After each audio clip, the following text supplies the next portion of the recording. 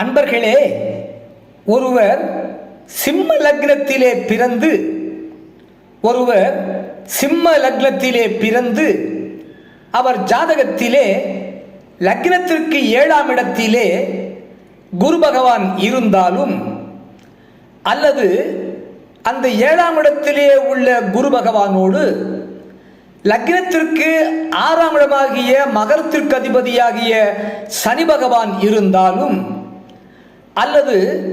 அந்த 7ஆம் இடத்திலே உள்ள குரு பகவானோடு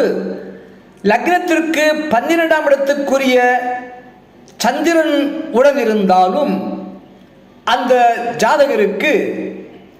மன வாழ்க்கை பிரச்சனை மிகுந்ததாக இருக்கும் என்றும், மேலும் அவர்களுக்கு மன முறிவு ஏற்படவும் வாய்ப்பு உண்டு என்று சொல்லப்படுகிறது.